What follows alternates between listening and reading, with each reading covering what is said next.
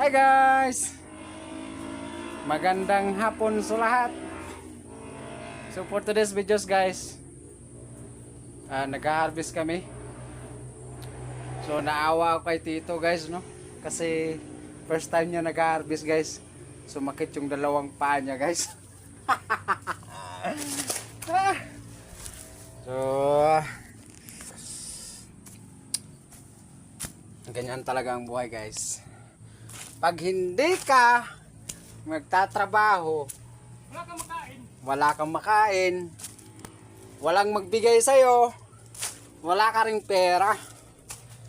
Dapat magtiyaga ka guys. Magtiyaga tayo para may pera tayo guys. Sus Tito ko guys. Kaya mo ba to? Kamatsunon na! Sumakit yung dalawang paa niya guys.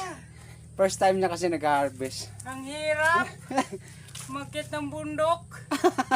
Nangangatugtuod ko! Ano ba yan? Pagsubok lamang talaga to. So yung aakitan namin guys, tingnan mo, napakahaba guys, ano?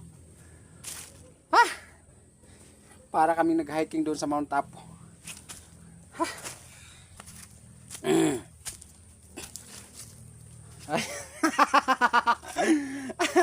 Laban na, laban.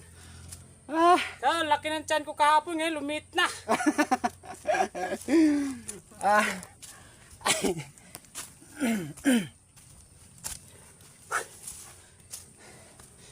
Thank you guys. Thanks for watching.